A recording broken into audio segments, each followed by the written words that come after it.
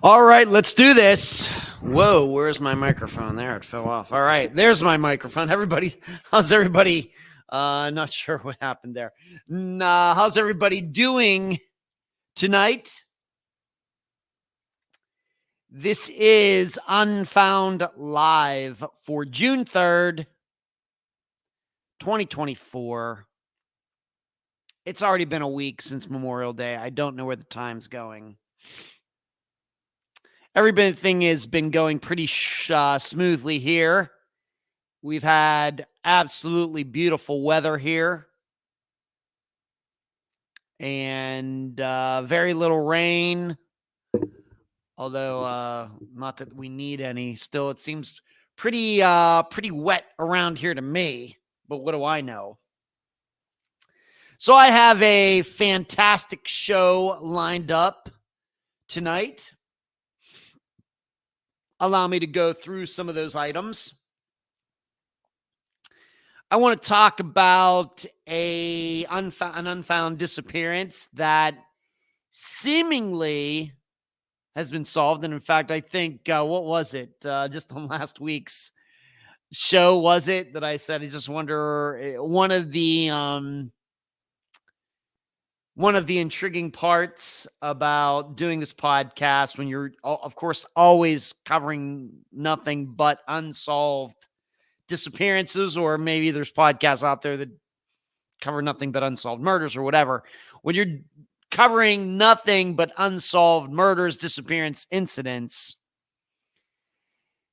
it's hard to predict what is going to get solved next. And I have to say that at least for most of the disappearances that have been solved in Unfound's catalog, most of them, I think, have surprised me, pretty sure. And so we have, I think, another one, although I'll get into it, but that is something I want to talk about tonight.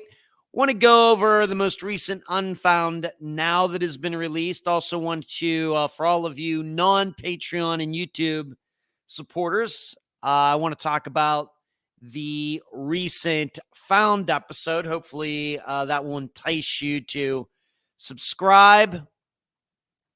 Want to talk about this summer and throw out a request to all of you. Going to talk about a TV pilot that I've been working on. Want to talk about, there's a recent article on still, of course, she's been found deceased, but the investigation is ongoing for Madison Scott. I want to revisit those two heists that took place in California over the past year. One with a Brinks truck going from northern to southern California, and also the more recent one regarding the Garter World, where a building actually gotten broken into. I was going to get to it last week, but ran out of time. I want to talk to you a little bit about this disappearance of Heather Teague, Teag, which was recent news within the last couple of weeks. This disappearance goes back a few decades, but it was back in the news recently. It's still unsolved, but some compelling information that I want to discuss before we are done tonight. Of course, as I always request, please give this video a thumbs up. Please give this show a thumbs up. Subscribe to this channel. That's down in the bottom right-hand corner if you're watching on Facebook. Of course, this is also available on Twitter and on Facebook. But please sign up there.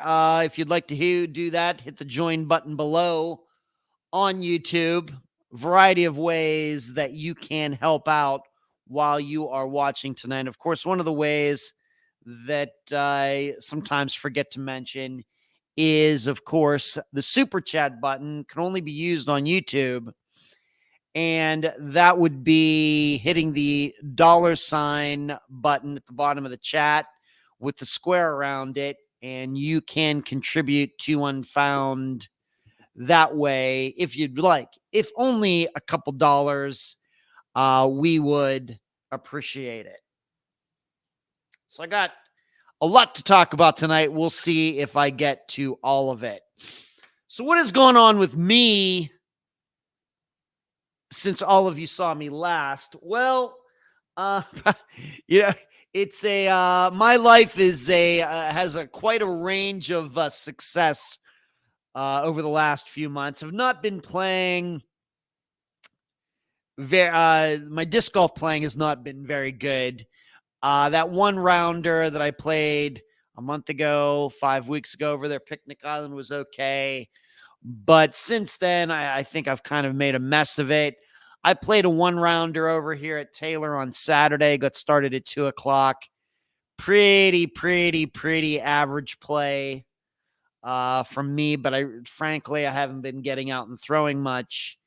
And disc golf is not like riding a bike. If you do not practice, this is a sport of your skills will diminish if you do not practice. So I displayed that on Saturday, managed to keep it acceptable, at least in the 50s. I think my score was a 59.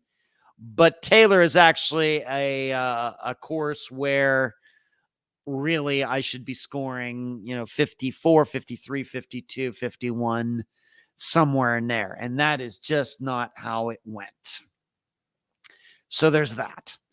My next tournament, I only have one more tournament scheduled, and that will be in a couple weeks, and that will be over at Cliff Stevens over there. I've played over there many times, usually played decent there, so I'm hopeful. Last night, moving on, and maybe I'll do it this way. That's been the bad competition in my life recently, not doing so well in that competitive sport. But my trivia team won again this past Wednesday. There were only 4 of us there, and we still managed to win. I think there were 25 teams there, and we ended up winning by 30 points, which is actually quite a bit. And so that was nice. And we are in first place overall with 3 weeks to go in this trivia season. The tough part is coming Wednesday, so 2 days from now. I'm not sure how many of our team are actually going to be there. I'll be there. This guy, Kevin, I think will be there. But everybody else is out of town, have things to do this first week of June. So it's going to be tough. So I don't know how it's going to go. We'll just have to see. But we won this past Wednesday. Really excited about it. And I will type in the trivia question, the final trivia question from this past Wednesday, and see if all of you can answer it. I'll, of course, read it out as well. So I'm going to type it right here, right now. Where would you find a Prindle in your car? Prindla. Where would you find a Prindle in your car? There was multiple choice. The choices were your dashboard, your wheel well, undercarriage, or engine bay. Where would you find a Prindle on your car? And I had to admit I had no idea, but then Kevin came up with the answer, and I was like, oh yeah, that's exactly right. So where would you find a Prindle in your car? This was for all the marbles this past Wednesday night, and we got it right. If you'll remember, the week before, the question was, what is the official animal of Scotland? And we missed that one, and so we fell way back. This week, we were ahead going into the final question, and we got it and distanced ourselves from everybody else. So we got 3 weeks to go. And the funny part on top of this is I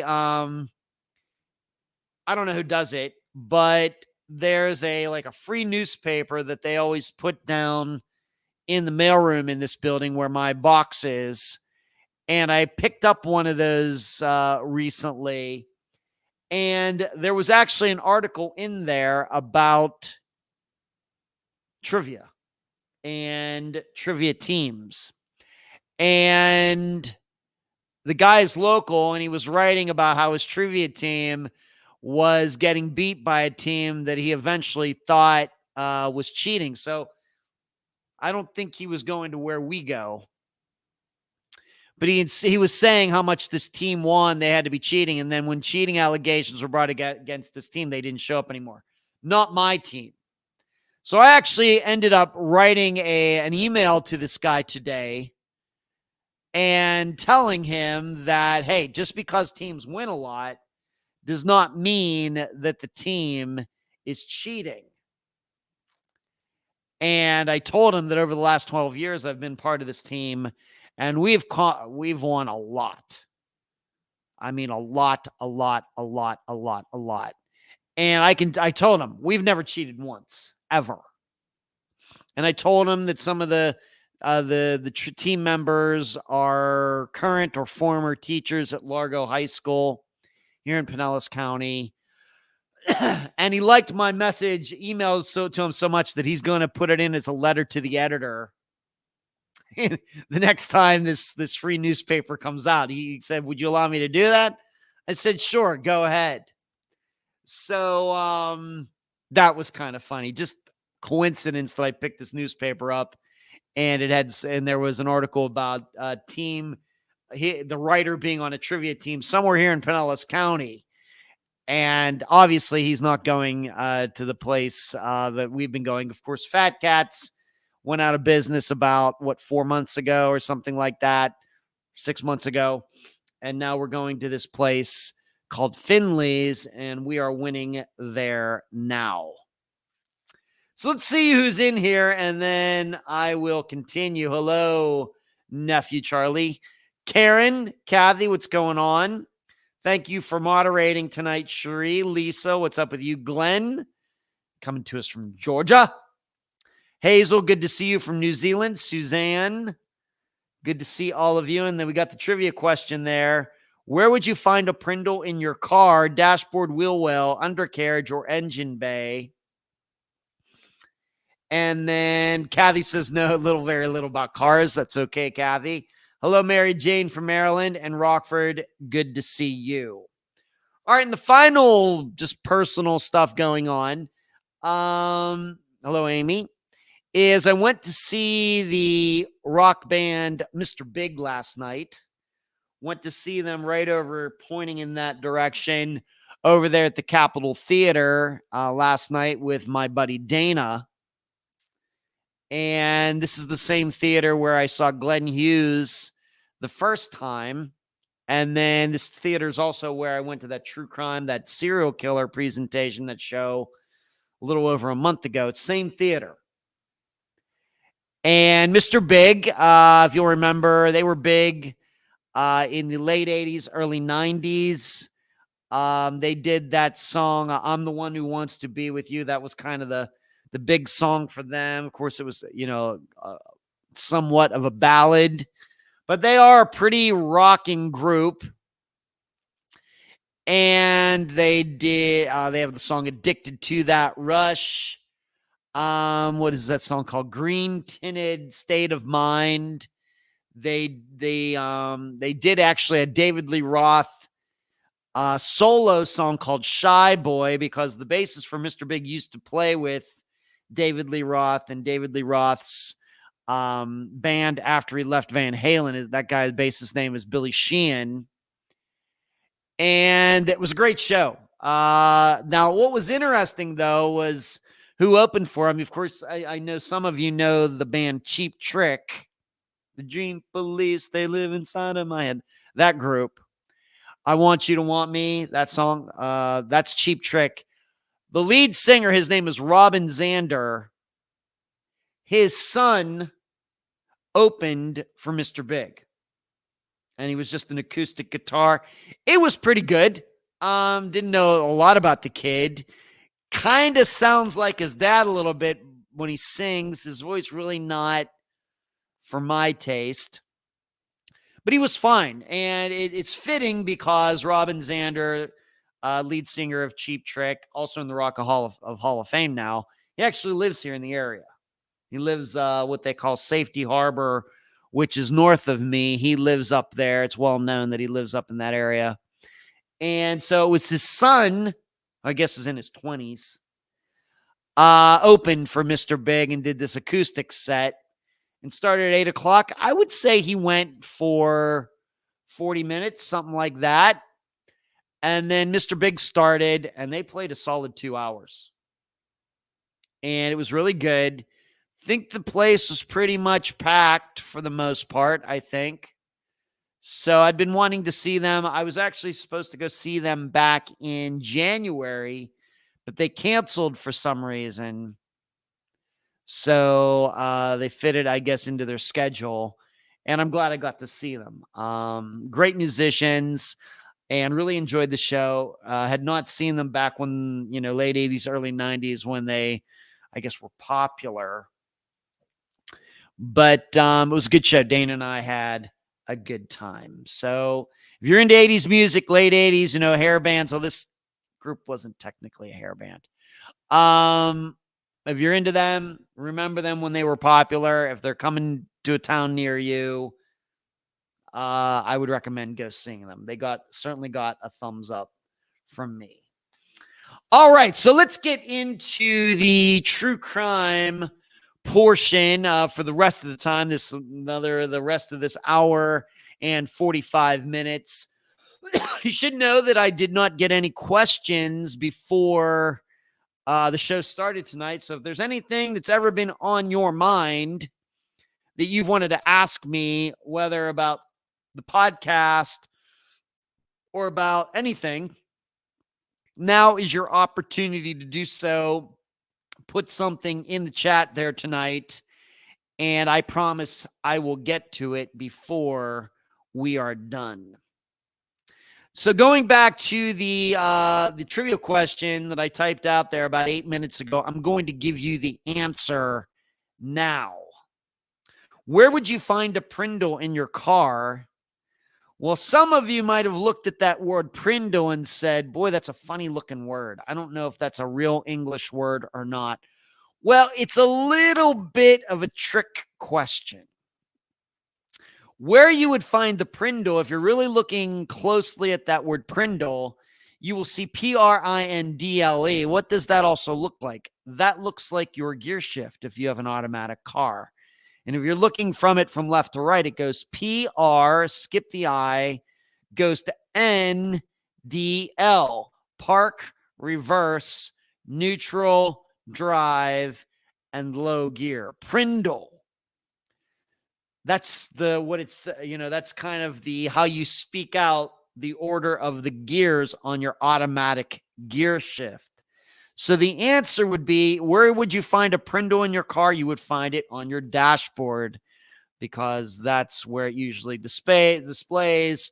It would be inside of the car, because those are the letters for your automatic gear shift. And it was team member Kevin. We had one song, so maybe 3.5 to 4 minutes to figure that out. And it was Kevin about 2 minutes into that was saying, boy, that's really weird how that word looks like the letters for your gear shift. And I said, yeah, that can't be a coincidence. And he was right. He was exactly right that's what it was. So it was dashboard, and we were all excited about that. So that is the answer to tonight's trivia question. Kiranov, how are you? Good to see you. Thanks for joining in tonight.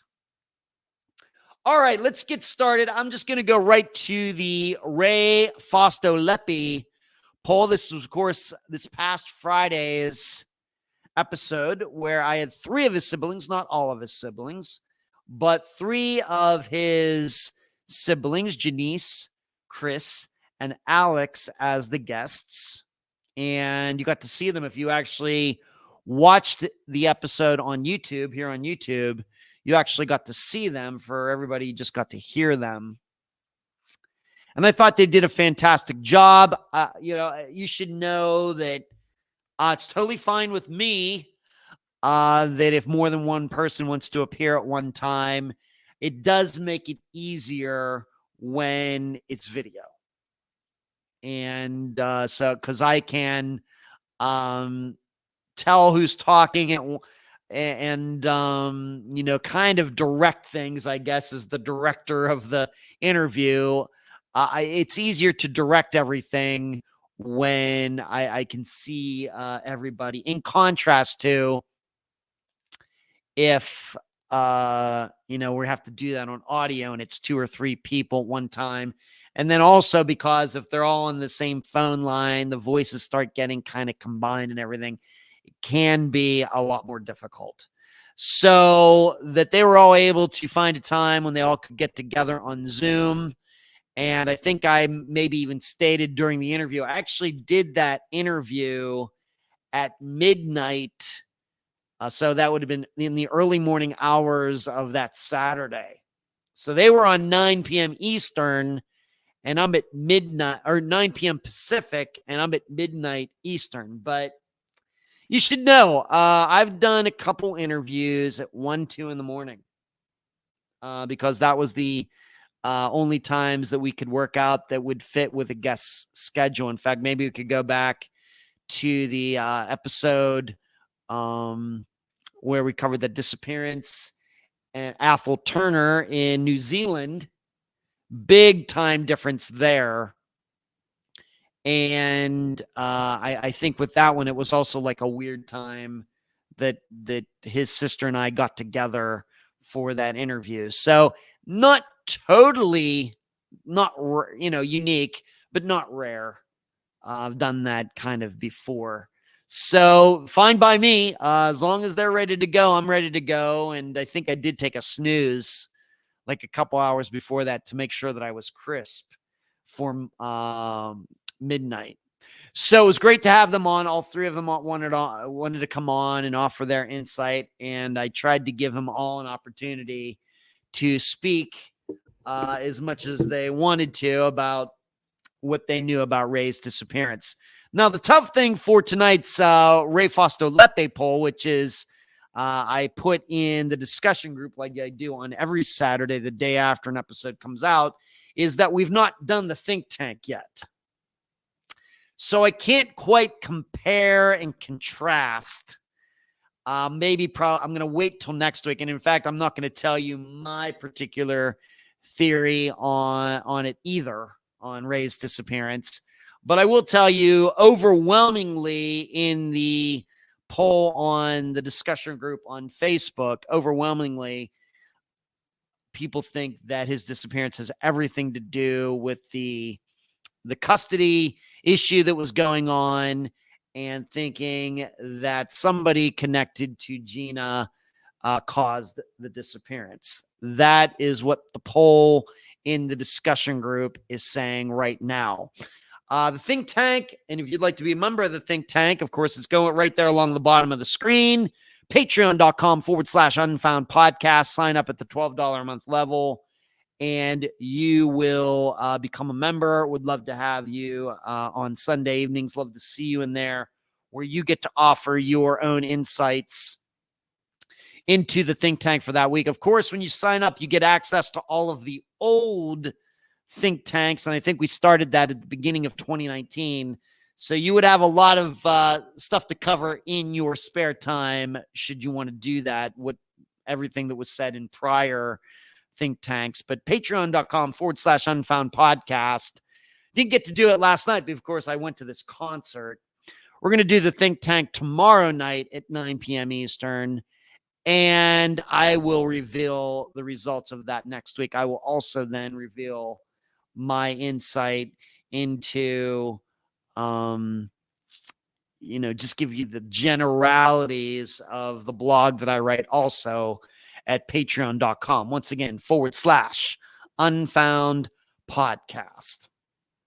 So you can all continue to dwell on that. If you're not, by the way, if you're not yet a member of the discussion group, go to Facebook. We'll let you in, and then you can take, you can take part in the Ray Fosto Leppipoll poll.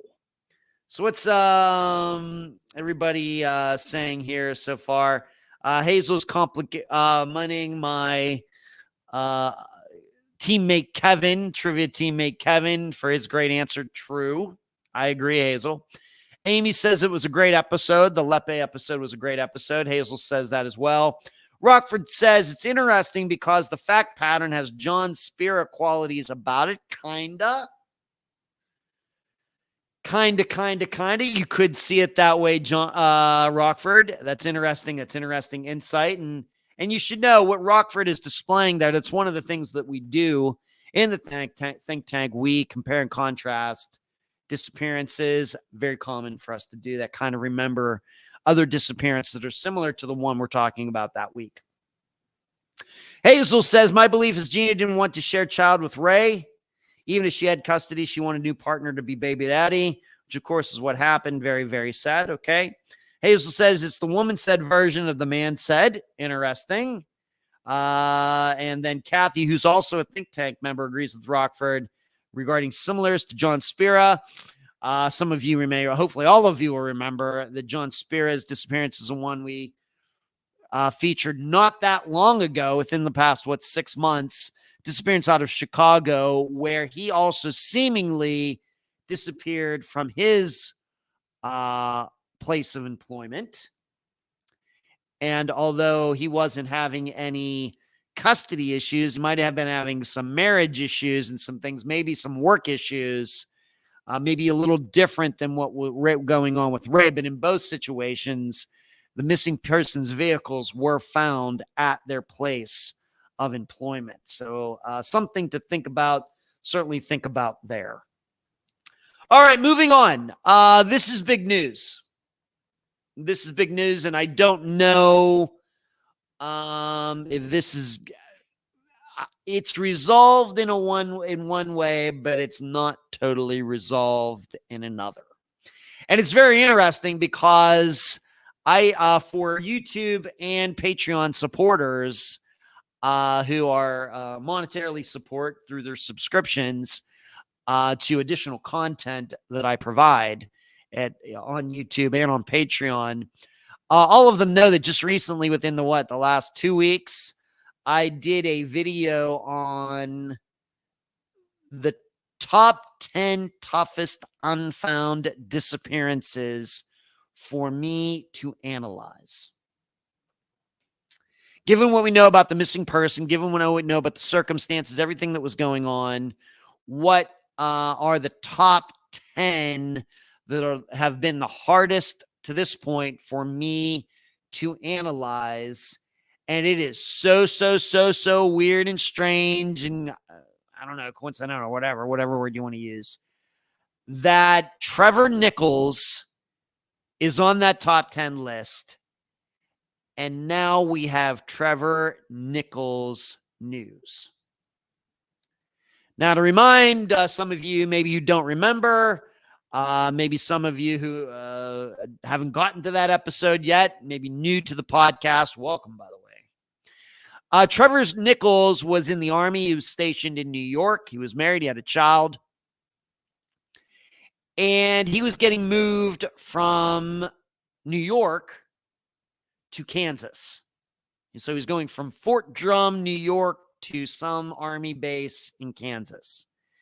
And that was coming up. And he was going to be going out there. I think it was his wife. Was it just, I don't know if they were married. I'm just going to call her his wife. His wife and child were at her family's in Ohio. And the thinking was that, okay, he's leaving New York. He's going to go stop in Ohio for a few days. And then they were all going to be going to Kansas because he was getting reassigned in the Army. Well, when that day came, the details of him leaving the base are somewhat in dispute.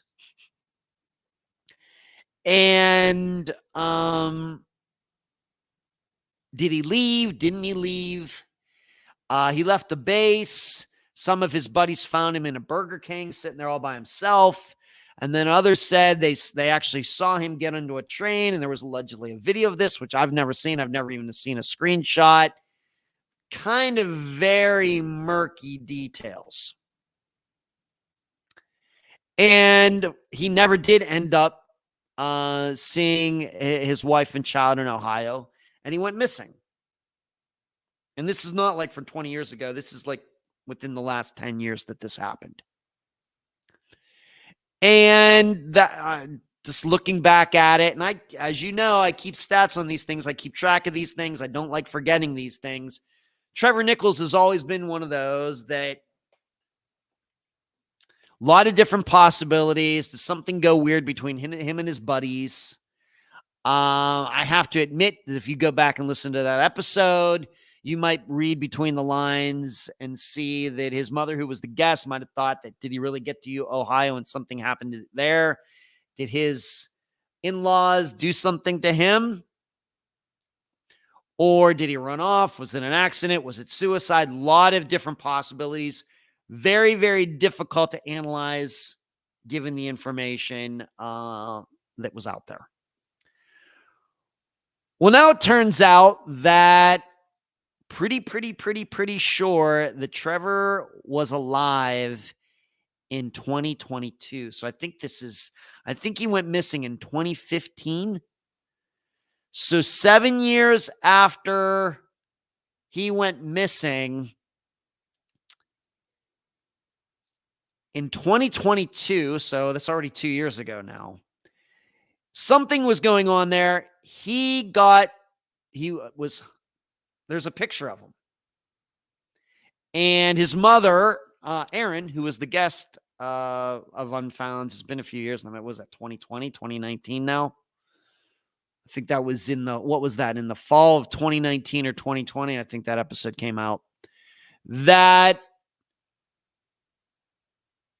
she posted on her personal Facebook page just within the last few days a picture of when he was in the Army, and then the picture of this guy who identified himself as Trevor Nichols in 2022, who was homeless in San Diego. And it's certainly, this isn't one of those like we had like a couple years ago with Cameron Remmer where the picture was taken from far away. And of course it was taken like 10 years after the fact and everything. That guy is Trevor Nichols. There's no doubt about it. Now, does that mean he's still alive here in 2024? I don't know. Now, why it took so long for this to get back to his mother, why is she just posting it now? Well, something that I just discovered, I think I knew it at the time when Trevor's episode came out, but I forgot about it, and I'm just finding out about it again. He's not on NamUs. He's not on the Charlie Project. I don't know why. So very well could be that the reason they missed their opportunity in 2022 is because Trevor was not listed on NamUs. And, usually when that is the situation, somebody steps up to help that person. I gotta believe that I remember knowing it now, but like I said, a lot of things going through this mind over the last 5 years. Not sure why he never ended up on NamUs after he got featured on Unfound. It's still unclear to me. I don't know. But it seems that an opportunity was missed because of that in 2022. I know maybe many of you are not friends with her on Facebook, but most of you do have Facebook accounts. Hopefully you're in the discussion group. You can go to the discussion group right now because I shared her post in the discussion group, and you can compare the pictures for yourselves. That is Trevor Nichols. And the interesting thing is, that's pretty much what, even though I said it was hard to analyze, I've always leaned toward the idea that he left his life. There was nothing there that really spoke to me as foul play. What did he do? Get on the train and then jump off? what exactly we're talking about here. Did his friends kill him? Why would that happen? It seemed the most likely thing to me was that for some reason he walked off. Now, I don't know if I could have predicted he would be alive in 2022, but it's just one of those that, it's tough to analyze because it's very murky about the day of his disappearance. I think what we've learned about those kinds of disappearances is that when you have murky circumstances, it's best to shy away from foul play. And it turns out that that was the right choice for Trevor. Something went on in San Diego. He got his picture taken, and my understanding is that he did identify himself as Trevor Nichols. Now, why is this? This is one of those things that, why is it taking this long for his mother to find out? I don't know. I don't know.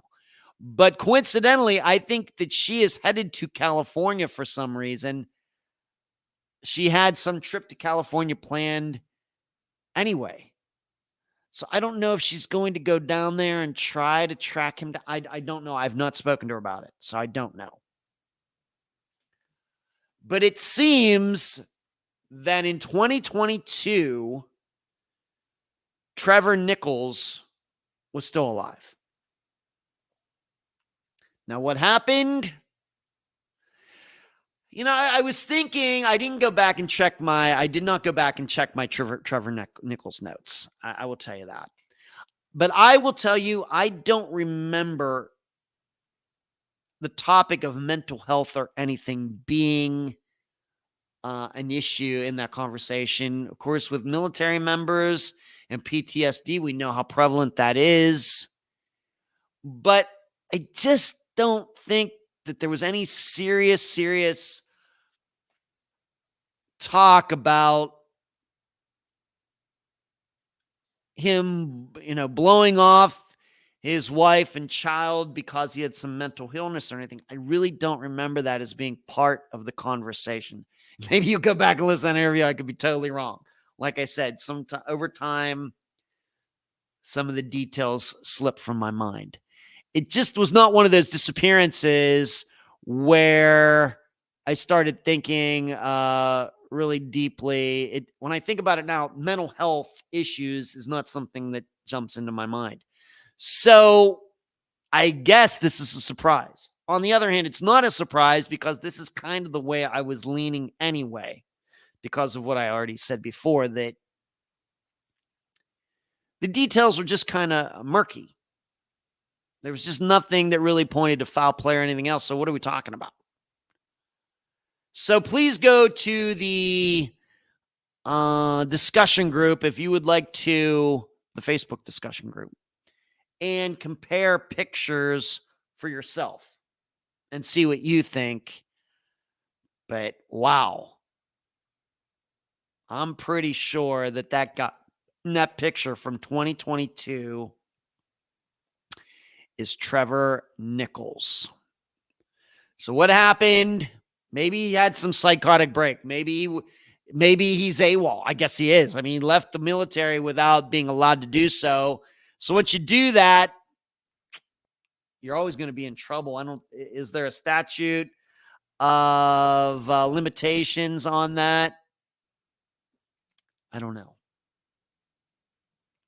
But, going AWOL, leaving without being allowed to do so, I'm not an expert on that.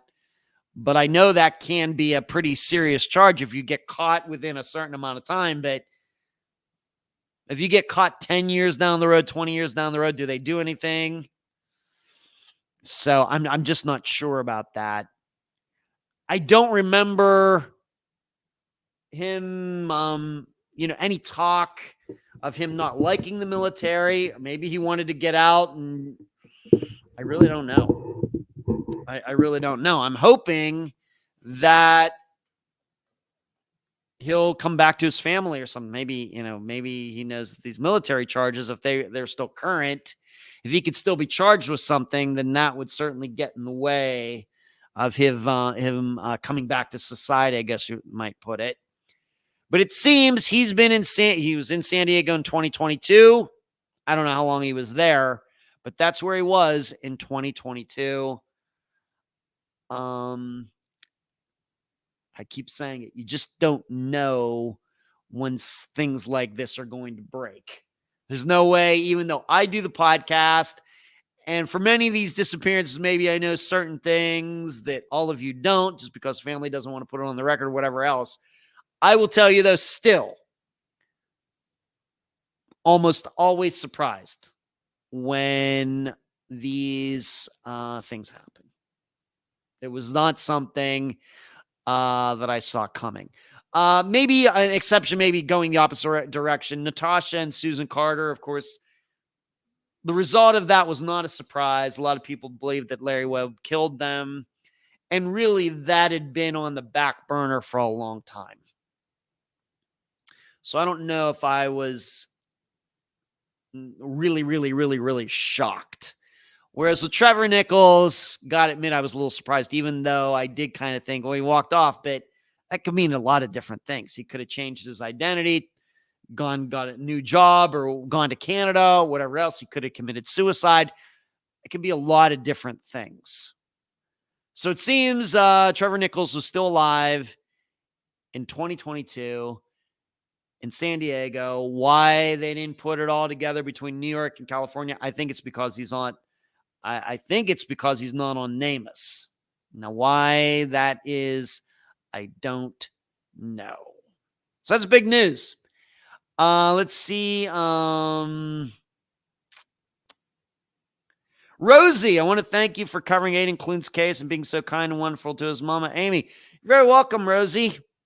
Amy was a great guest. Wow. Her determination, going out in some of the most desolate part of the United States to try to find her son. Just amazing to do that. Very sad.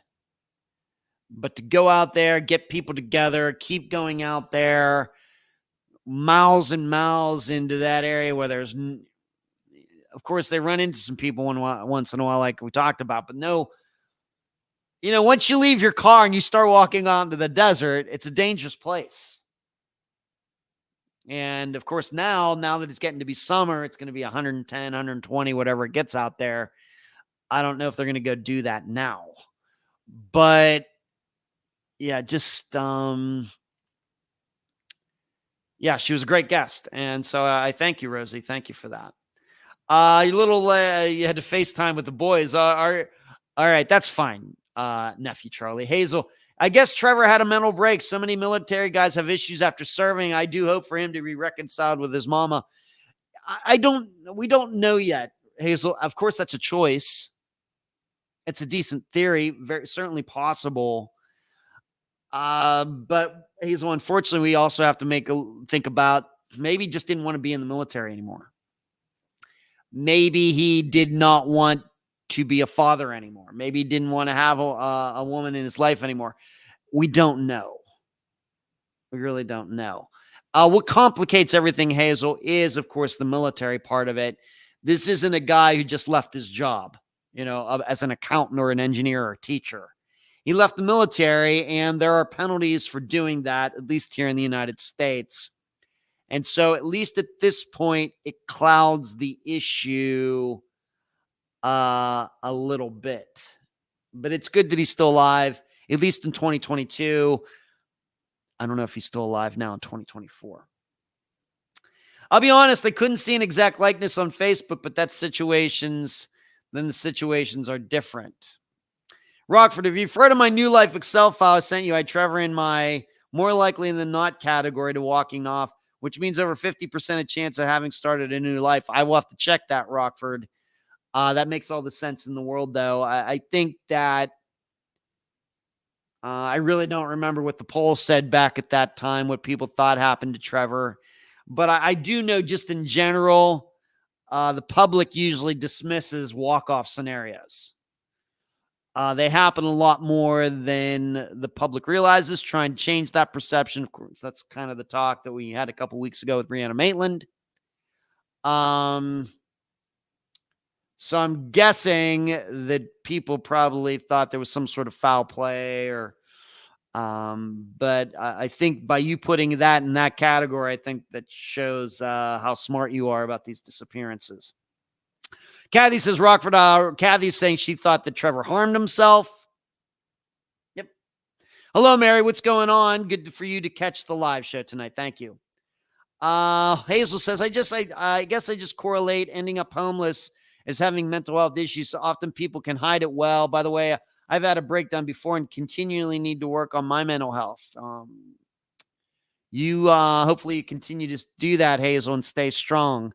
Like I said, Hazel, we can't automatically think it was mental health issues because there is a penalty for him being found coming from the American military. So it very well could be that he just wanted to leave the military and you just can't go on with your life and go back to your hometown and be a truck driver or anything. The military will find you and you will get in trouble. So that's why I said it's just not quite clear to me that it was that. So there you go. Mary, and in whose case, Trevor Nichols is, I'm just asking people, Mary, for Trevor Nichols. He seemingly was alive in 2022, 7 years after his disappearance. There are comparison pictures in the discussion group if you'd like to do that. Rockford says to Kathy, I thought he was seeking a change and getting away from it all, but the mental angle makes sense, even though not my first guess. Kathy says, Trevor seemed kind of fed up with life, and I remember he had a hard time growing up introverted person like me. And see, that's the way I remember it, Kathy, that I don't remember an overwhelming mental health issue. Unlike, for example, recently with James Lidka, who might have had something like that going on because he was in Afghanistan and dodged bullets and all of that. I don't remember that really coming up as much with Trevor, although I think for some reason he did serve overseas. I just remember just not that playing a huge role in the discussion. Like I said, you're all going to go back and listen to the episode. I may sound like I'm crazy. I'm totally off. That's just the way I remember it. All right, so Trevor Nichols, if you are out there, if you are listening to this, we're happy that you're okay, but please, and I realize you may be in trouble with the American military. I don't know if there's a statute of limitations, but please find a way to contact your mother and let her know that you are okay. And of course, she would love to see you again. Moving on. The Unfound Now episode is out. And I decided to cover, it's available to everybody right now. And I decided to cover the 3-month-old disappearance of Sebastian Rogers. There was a glitchy map section. A couple people brought that out. What was going on with the map section of that video? I'm still experimenting. See, I can use this program that I'm using right now here tonight called StreamYard. You can see the logo there. StreamYard allows me to send this broadcast to Facebook, YouTube, and Twitter all at the same time, or X, whatever they're calling it now. And I can use that for the map video, so I don't have to use my phone anymore to set the mic, the tripod up and point it at the screen and all of that. And it's just a little glitchy right now. I think it's rendering in too good of a format.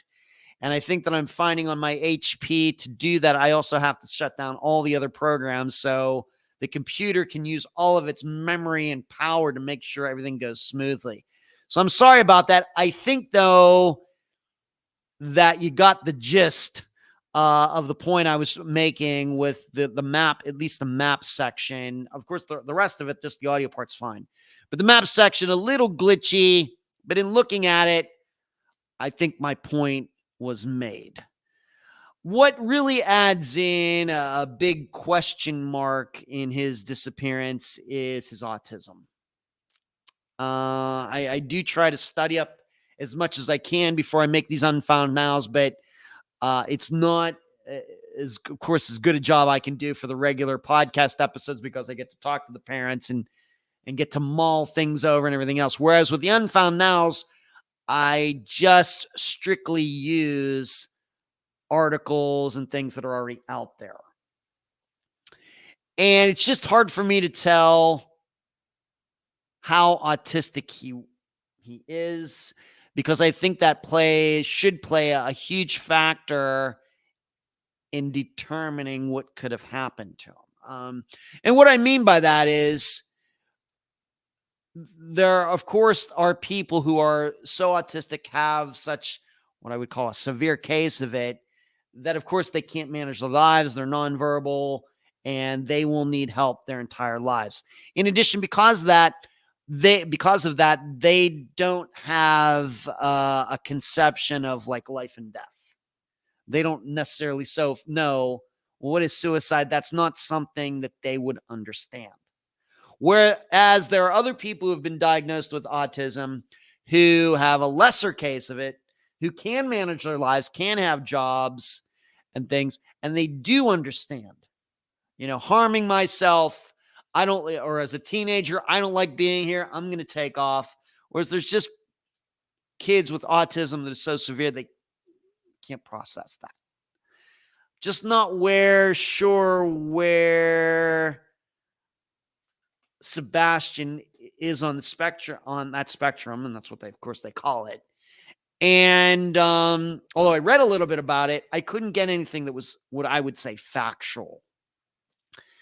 So it's tough. It's one of those things. It's tough to analyze. Disappearances are about people, not circumstances. So we just need to understand Sebastian a little bit more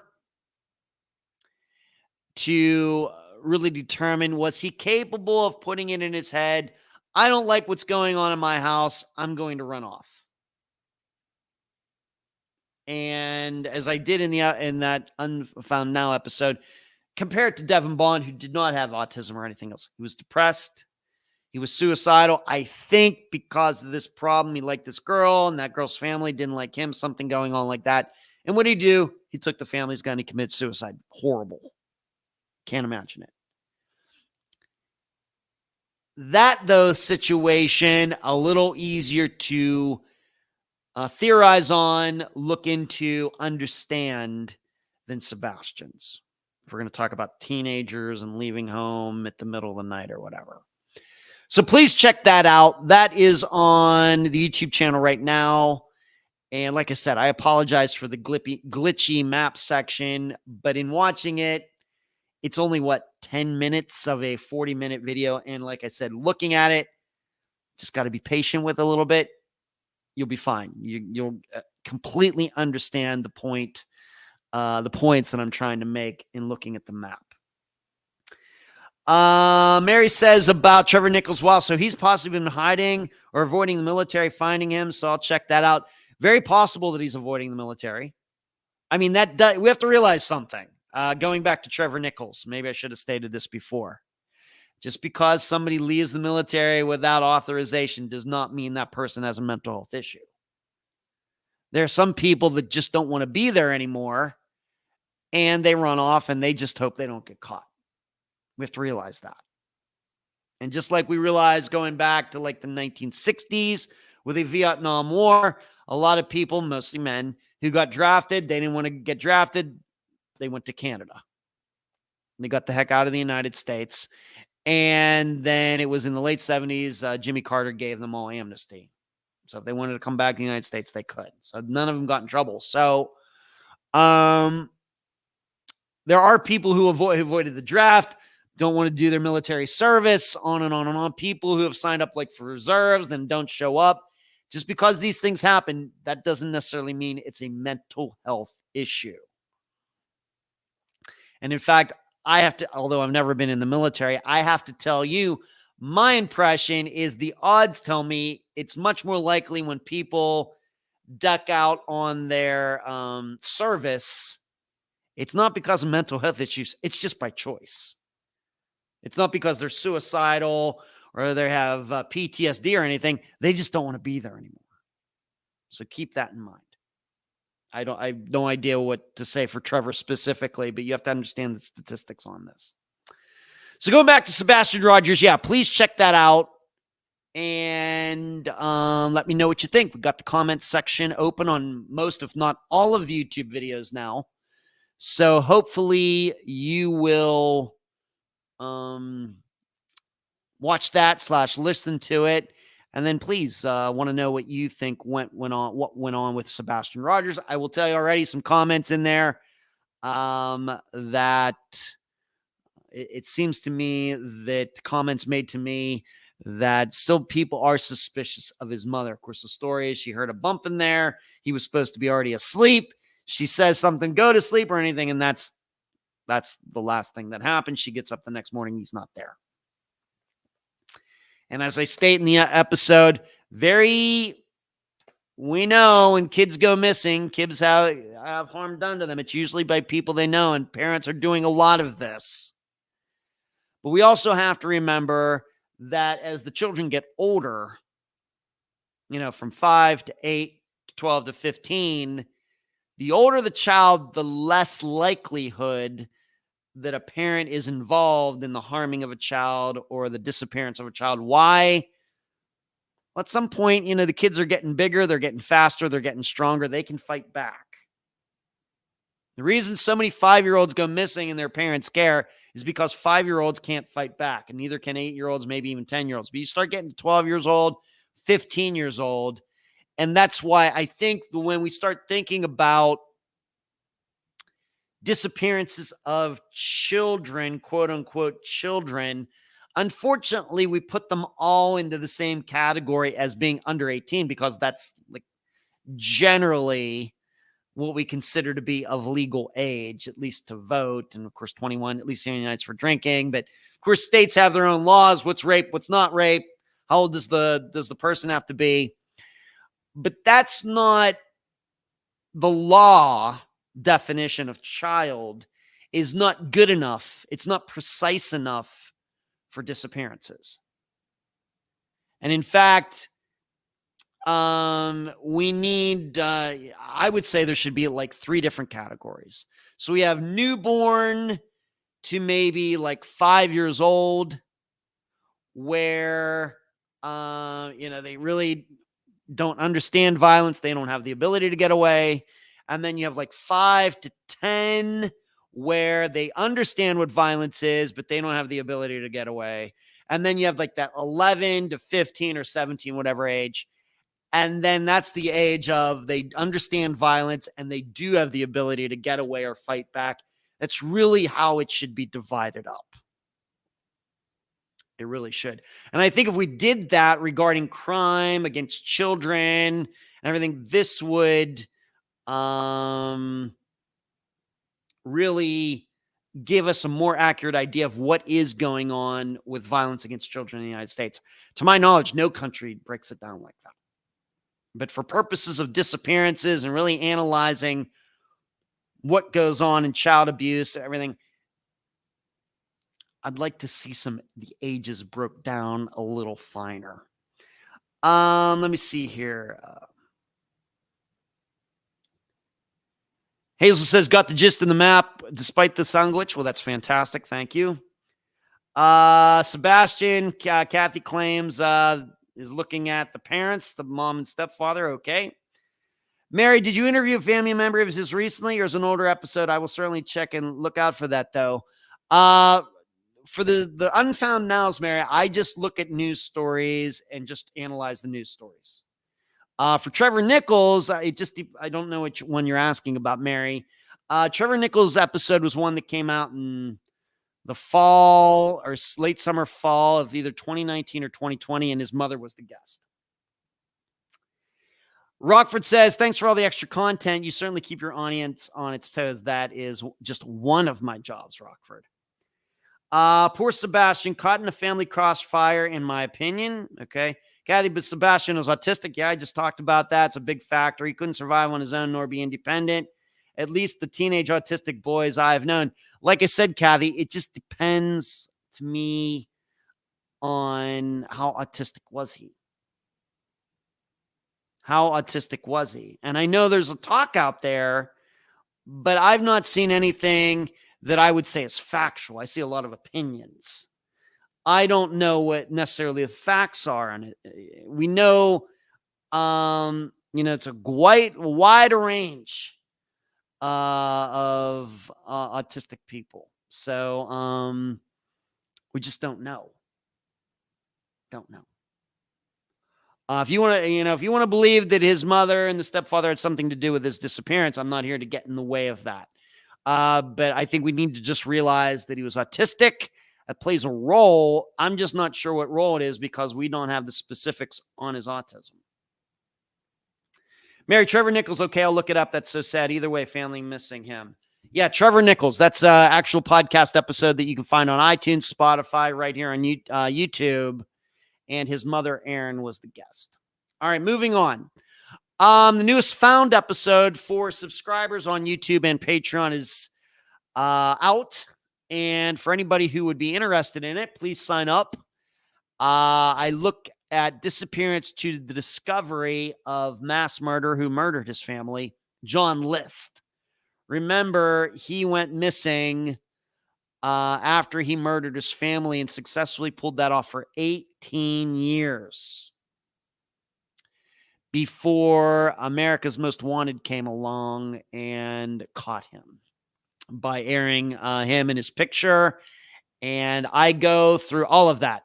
What happened? What went on in the intervening years? What was written about John List while he was out there, wherever he was? And then how it came about that he got caught. That is a special series that I've been doing for every year for Patreon and YouTube subscribers, members, not subscribers, but actual members. You have to hit the join button below on YouTube to get that. And I've talked about Brandon Lawson, Elizabeth Smart, the Titanic, which of course was missing for many, many, many, many years. And I do that every month. So a disappearance that actually got solved. And the episode series is called Found. All right, moving on. I made a request in the, and I'll do that again this week, next coming weeks.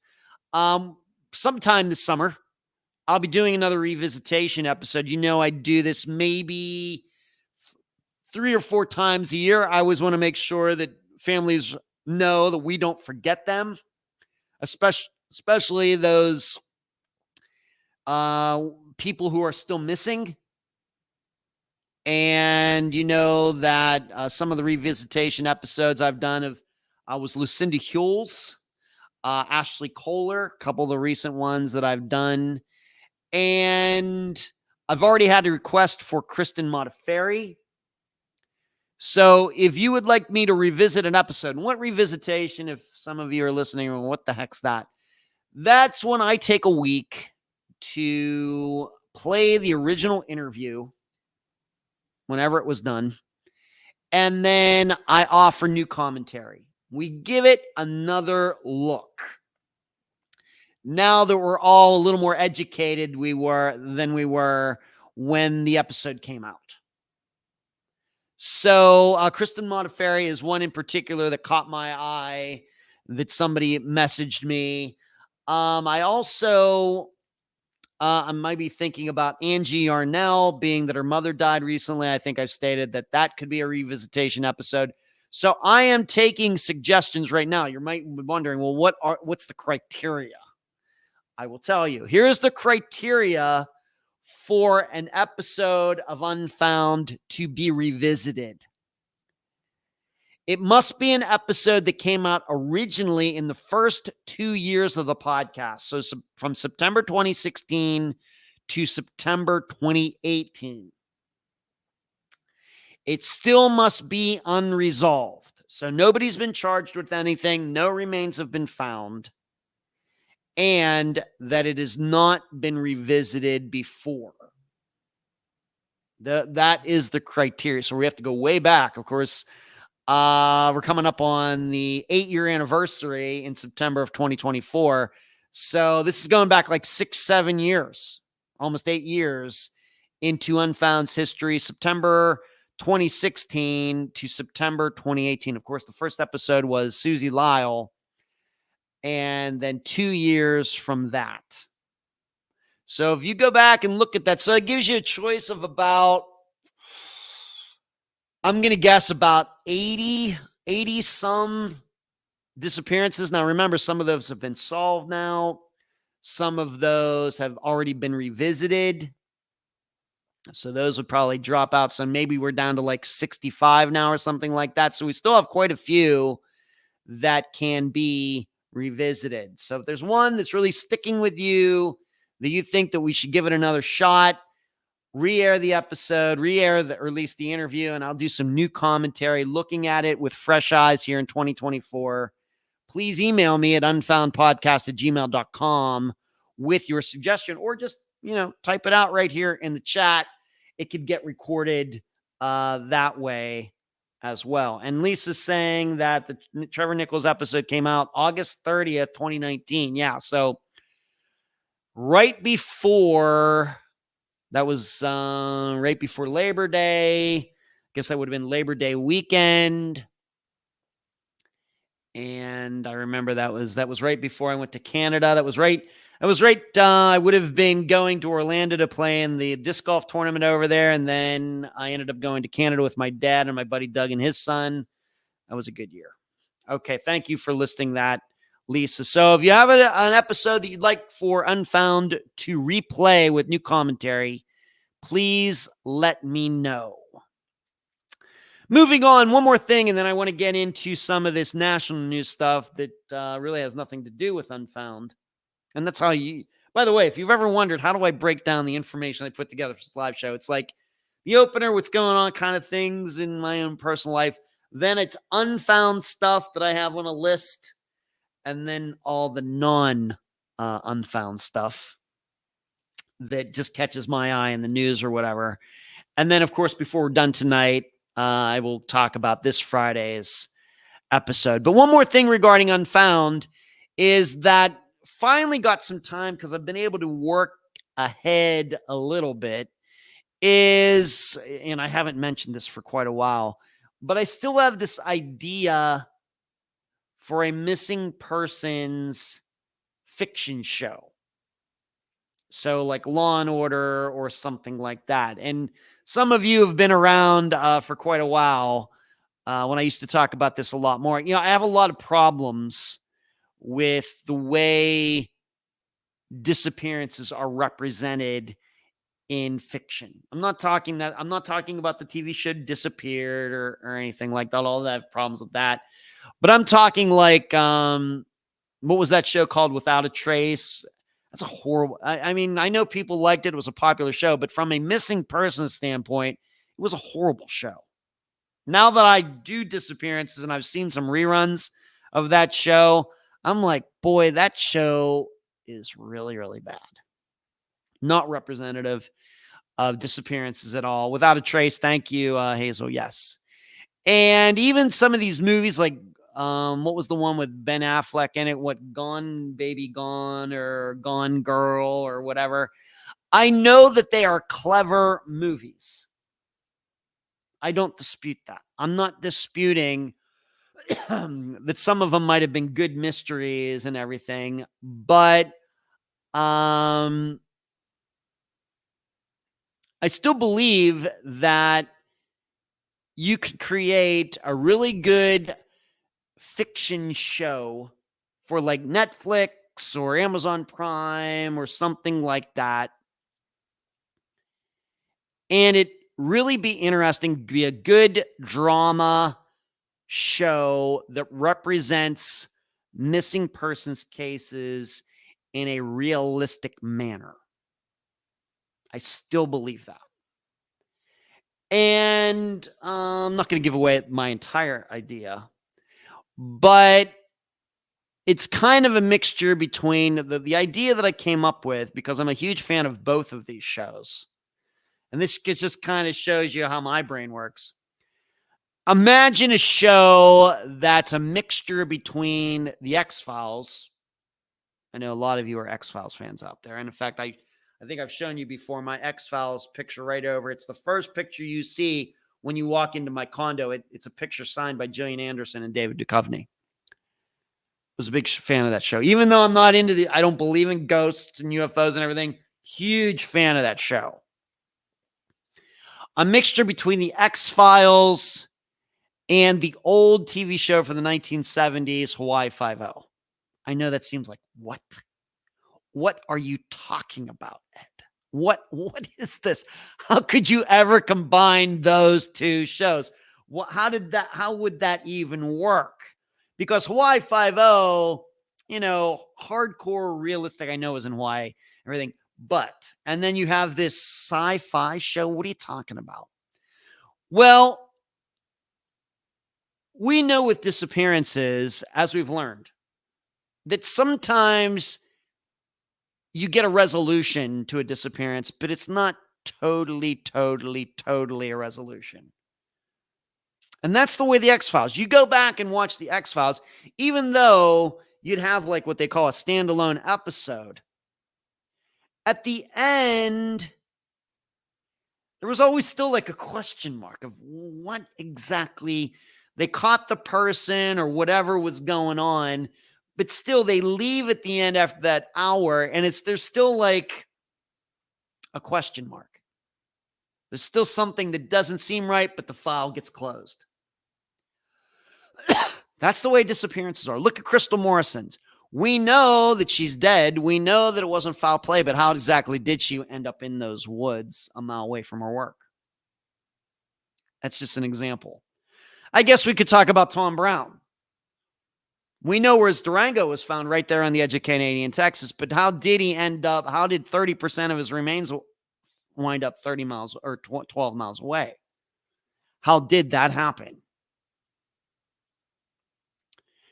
And so when I think about it, it reminds me of the X-Files. You have these resolutions that aren't quite resolved. But then on the other hand, you have the very hardcore investigation side of what would be like a state agency. Like, remember, Hawaii Five-0, that office in Hawaii for that TV show. Of course, I think about the original, not the updated one in the 2000s, but the original with Jack Lord. That department does not exist in Hawaii. If you didn't know, it's made up. It's made up. So what I envision is a made up department, and the tone of the show is like the X-Files. That's how I came up with that idea. And so also combining, and one of the other ideas I have is combining some of the elements of Unfound Zone disappearances to create new disappearances. And what we would do at the beginning of every episode would just list it. This episode is based on the disappearances of these still unsolved disappearances, and you just list them. Susie Lyle, Joshua Guimond, John Spira, most recently Aiden Kluner or whoever else. So you borrow facts from some of these disappearances, but then you mention those missing people at the beginning of every episode. So this is kind of what's in my head. So I came up with I've written half of a pilot. That's the pilot. It's like the first show that, to get a TV show started, you have to create a pilot, just a one-off type of show. And I've not seen that True Detective Rockford. What's that? Is that on Amazon or what is that on, Rockford? I don't even know. I've heard of it. That's it. So that's been my idea.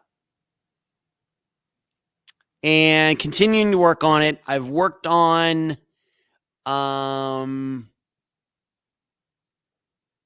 it, and like I said, it's like about half done. And I've combined 4 of Unfound's disappearances, major elements of 4 of Unfound's disappearances to create a unique disappearance. So, just give you a hint. I'll give you 2 of the disappearances, elements of which are in this pilot. Jody Huisentruit and Jennifer Wilkerson are 2 of them. There's 2 others. I'll just leave out for now. So I've been working on this, had a chance to revisit it recently. And so we shall see where it goes. Let's see what's everybody's saying. Hello, Marty. Thank you for joining us, Marty. I've not heard you talk about fiction before. Yeah, Hazel, it's been a while. I love Gone Girl because the woman got one over the guy. Hazel. Well, don't give it away for everybody. Mary says, I've heard of the Hawaii Five-0 show. Only heard of it, never seen. Oh, you got to find it, Mary. Fantastic old show from the late 60s. Ran for like 12 years. It went from like 1968 to 1980. Jack Lord, fantastic. Thank you, Amy. Thank you for that. Thank you, Mary. Marty. This episode was based off the disappearance of Brian. This disappearance was based off what episode are you talking about, Kieran? But that's the way it would be, is that I would borrow some of the major elements from Unfound's own disappearances. But like I said at the beginning, this episode is based off the disappearances of Jody Huisentruit. And because I'm going to mix it up, I'm not going to play it. I'm not just going to take one of their disappearances and turn it into fiction. I'm not doing that. Jody Huisentruit, Jennifer Wilkerson, Joshua, because I could have a mixture.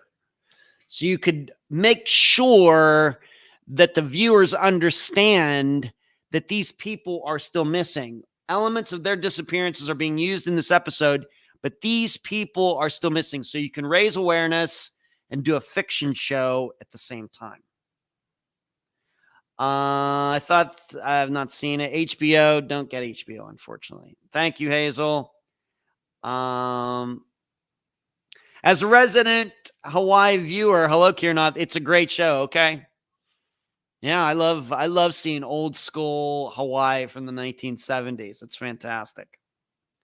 Yeah, you're a little late tonight, Marty. I wasn't going to bring it up. That old Hawaii Five-0 show. Yeah. Jack, you know what cracked me up about the show Hawaii Five-0? It ran for 12 years.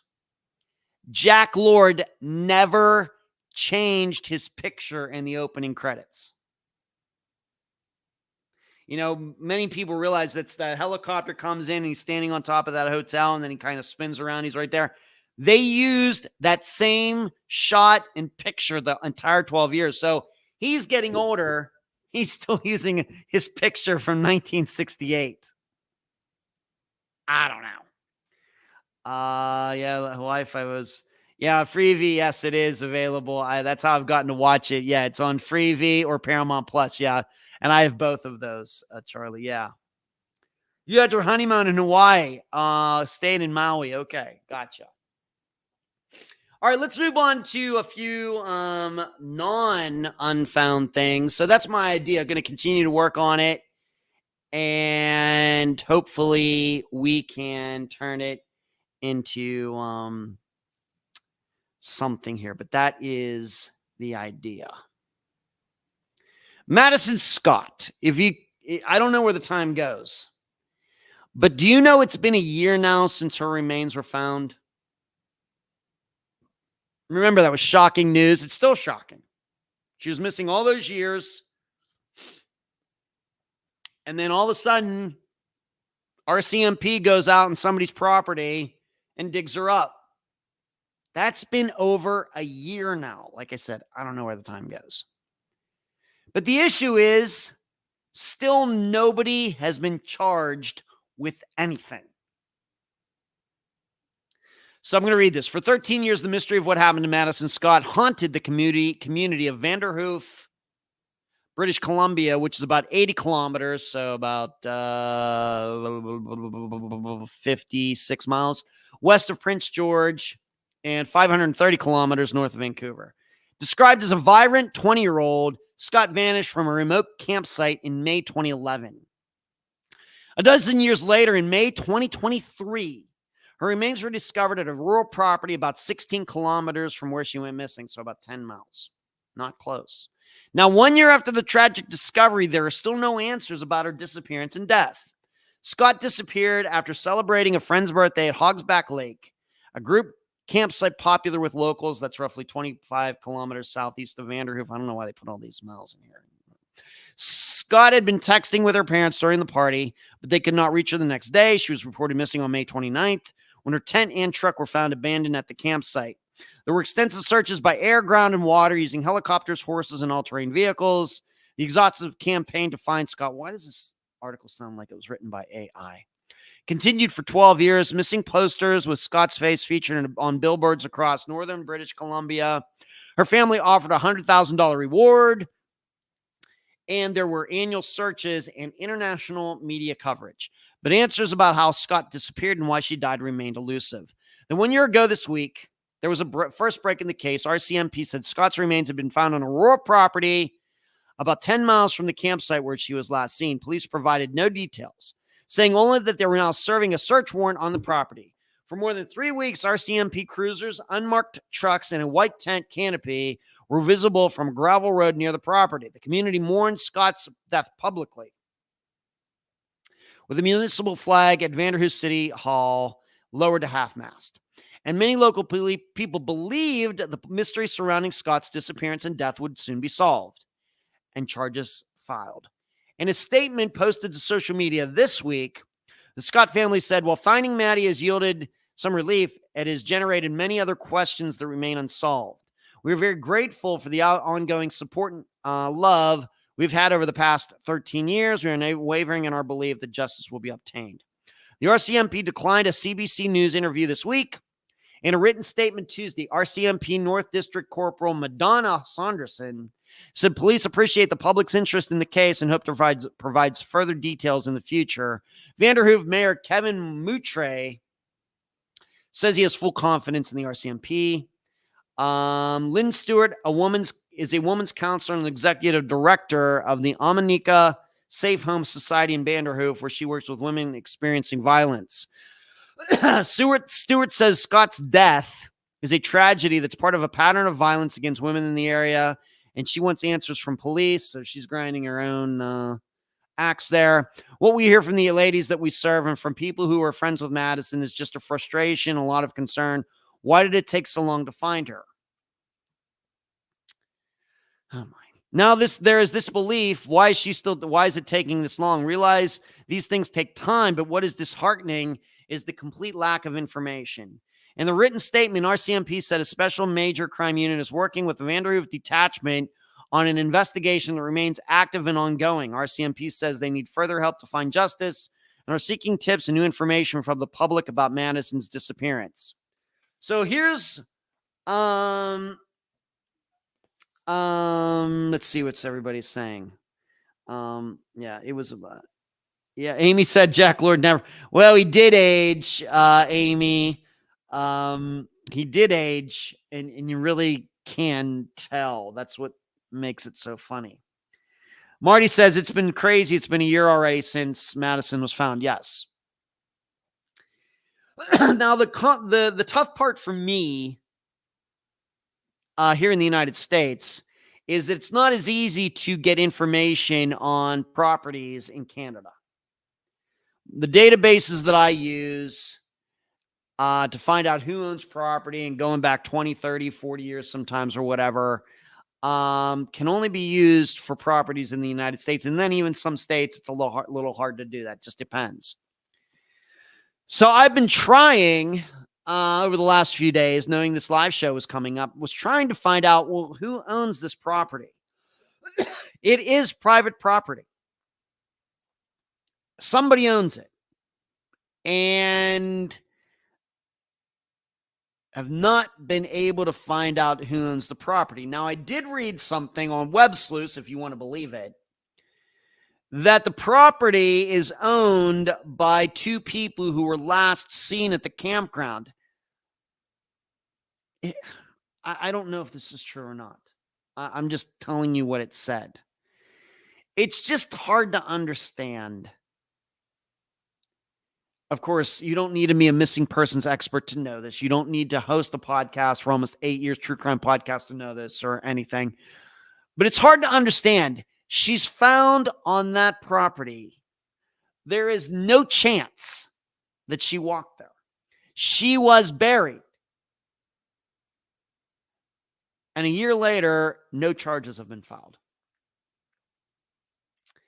It's hard to understand. What did she do? Bury herself? Somebody did it. And it seems unlikely to me that these people, whoever owned this property, could successfully say, yeah, somebody took her body onto our property and buried her there. It seems like that would not be a good choice in stories. I've tried to find names, have not been able to find. I agree with what they wrote in this article. It's hard to understand. I was trying to think of any situation that's been like this in the United States. There's just nothing. I'm not saying it's never happened. It's just nothing that really jumps out at me. Remember, as soon as Andrea Bowman's remains were found on that property, Dennis Bowman was charged. As soon as Zoe Campus's remains were found under that concrete slab in Carlos Rodriguez's backyard, he was charged. Janelle Matthews' remains were found outside Greeley, Colorado in July of 2019. Now, of course, it did take some time for Steve Pankey to be charged, but his name was out there. And of course, that's why he came on to came on to the podcast. I interviewed him in October of 2019. So just a couple months after, and his name was already out there. So I just don't know. And if you really want to know, if you want to look it up, I don't know what the number address is, but it's South Slope Road in Vanderhoof, British Columbia, if you want to look it up. The only thing, like I said, it's been a year. I mean, what are they trying to say? That they brought her back there and she overdosed? And so they buried her in the yard? Is that what they're... It seems like an unlikely gambit. I think that would be taking a big chance. The only thing that I can say regarding this, maybe this isn't... I don't even know what this sentence even means, but it's what's in my head. Maybe this just isn't as straightforward as we thought. I don't even know what that means. It just seems to me that if this were now granted, we realize how sometimes when you get remains and you can't tell what happened to them, but this is a little different than, for example, being that I brought him up tonight for the first time in a while, Tom Brown. Remember, Tom Brown's remains were not found buried. Whether you think Pine Gregory is telling the truth or not, his remains were not buried. They were on the surface of the ground. She was buried. So somebody did something. Somebody did something. Somebody put her there. She did not put herself there. So it's... Like I said, I'm not saying it's never happened in the United States. Obviously, we have 300 some million people. We're going to have a lot of stories. We're going to have these one-offs here and there. But for a disappearance that was so well known, and I will admit, I got this one wrong. I was under the belief that she really did walk off. I was even open to the idea that she was still alive somewhere. There were no signs of foul play, no signs of violence. I realized her tent had been, flattened out or whatever else, and her truck was still there. And so, that's the way I was leaning. I think a lot of other people, though, thought that this was foul play. She wouldn't have done that and everything. And I guess they were right, that something went on. Let's see what everybody is saying here.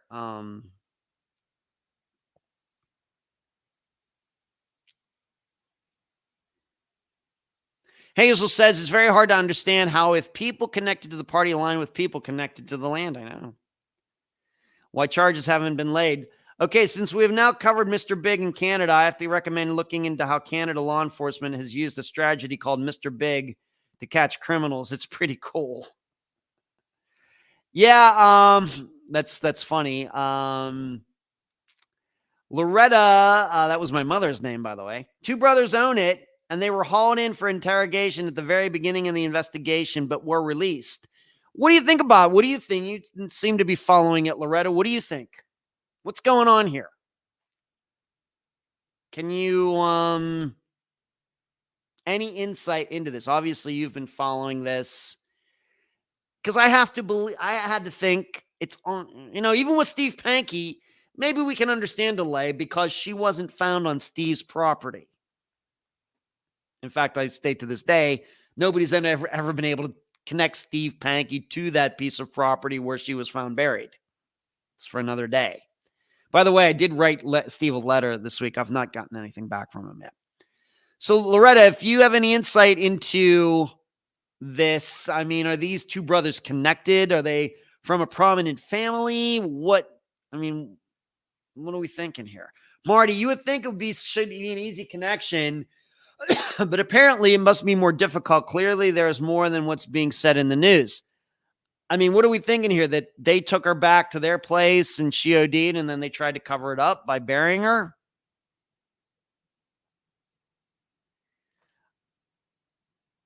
Of course, in Canada, even though I realize the laws and the way we view personal rights, individual rights are a little different between Canada and the United States. I think you do have right to representation in Canada. So these guys didn't lawyer up.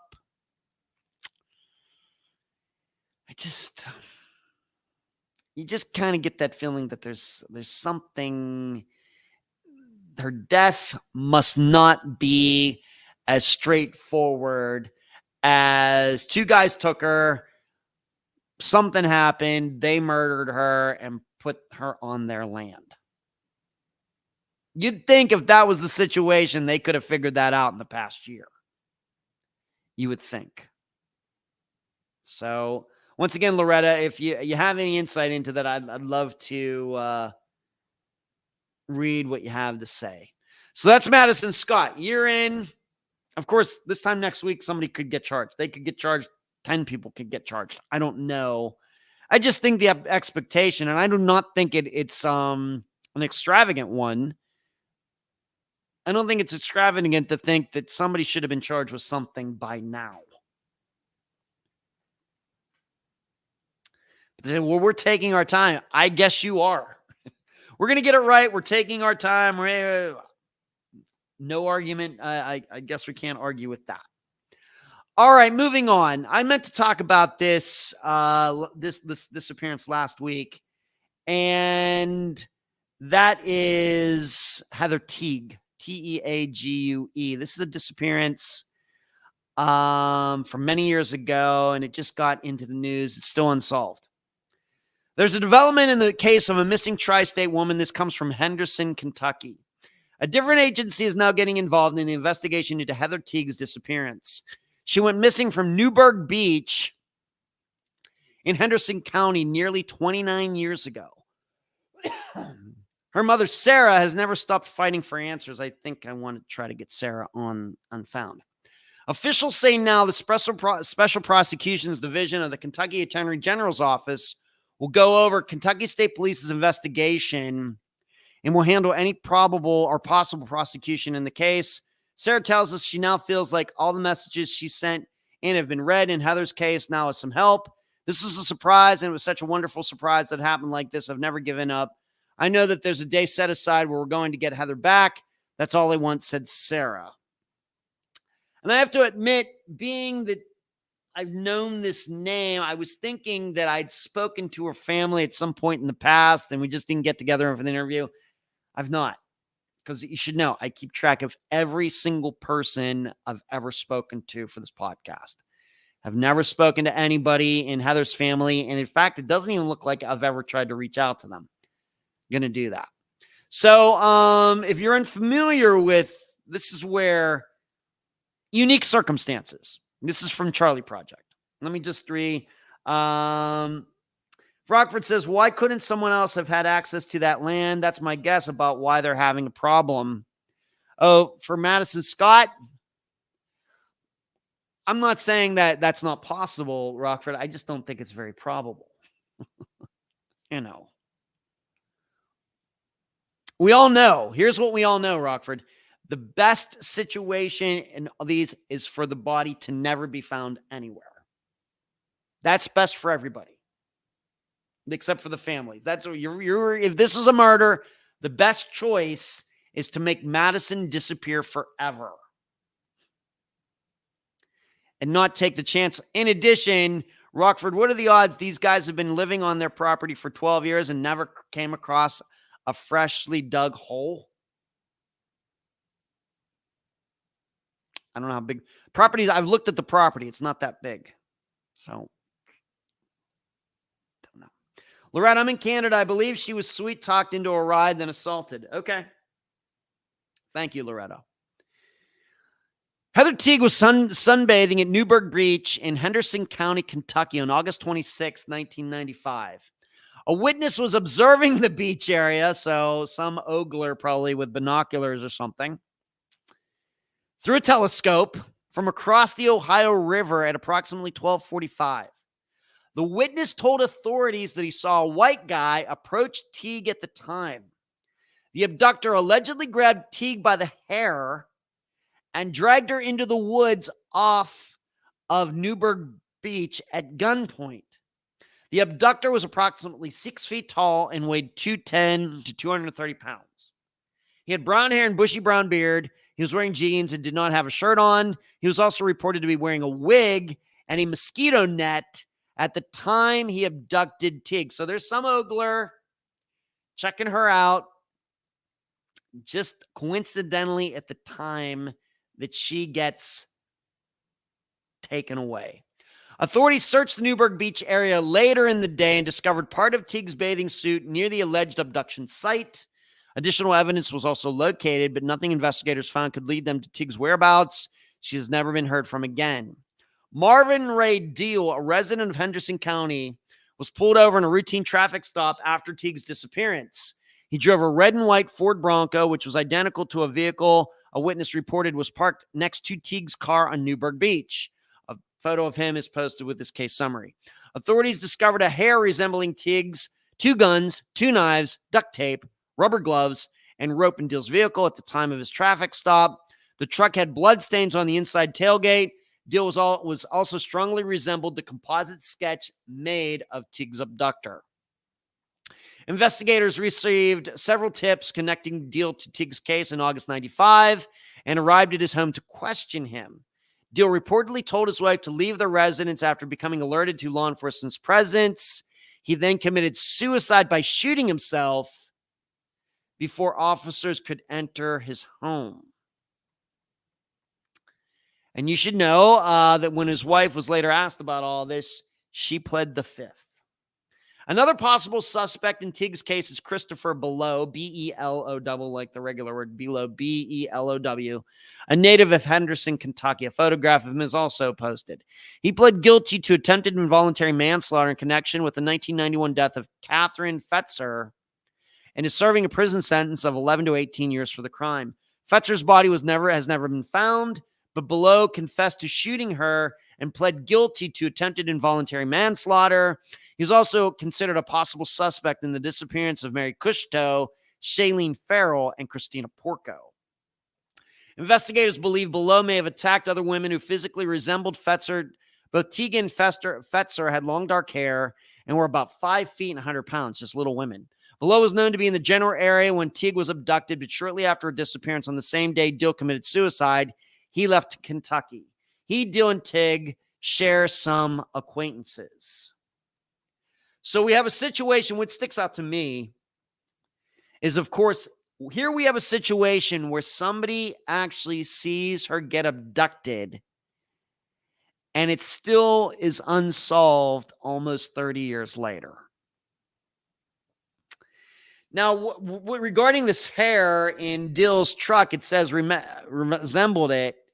To, of course, do hair comparison analysis, if you want to do DNA, you actually have to get it at the root. You just can't clip somebody's hair off and do DNA. You can do that for drug purposes, drug testing purposes, but not for DNA purposes. So it's interesting to me that this guy's looking through this telescope, sees it happen. What's a little confusing to me, though, of course, 29 years ago, 1995, kind of in the pre-cell phone era, did this guy not go directly to 911 and call, and the police didn't get there in like 5 minutes? It's a little puzzling to me. I don't know, was he embarrassed that, did he really contemplate, do I really want to admit that I was ogling women with my telescope and just happened to see one of them get abducted? I guess what also sticks out to me is that she was at this beach by herself. It's like noontime in August in Kentucky at a beach. It must have been nice out. And she was the only one there. I don't know.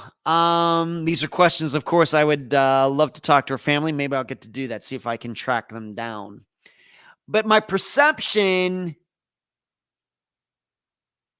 is that this witness did not contact law enforcement right away, which when that happens, you always have to be considering, is this person actually telling the truth?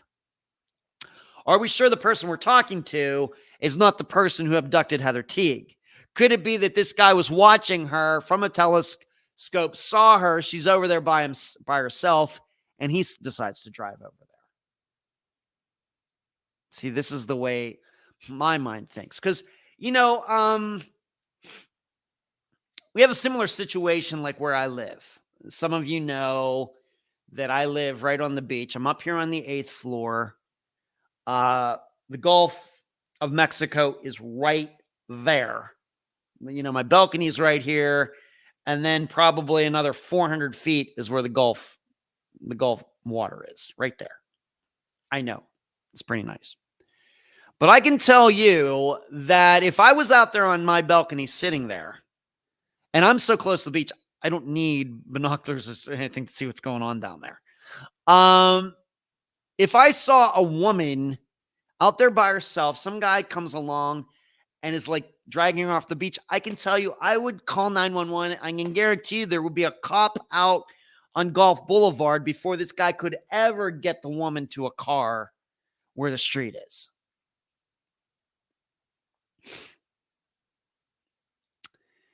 So just something to think about there. Rockford says, if I recall correctly, the witness had a really lame excuse for scoping out the area. I'm sure he did. I think he did call police fairly quickly, but it was a jurisdictional mess because he was in another state. It's been a while, but I'm pretty sure about that. Okay. I guess, Rockford. It just, I don't know. So this is a perfect situation just because, I guess what I'm saying here is this whole thing about, well, the first 48 hours are so important. That is not a real thing. That is just marketing for shows. You know what's important? The first second. The first second is important.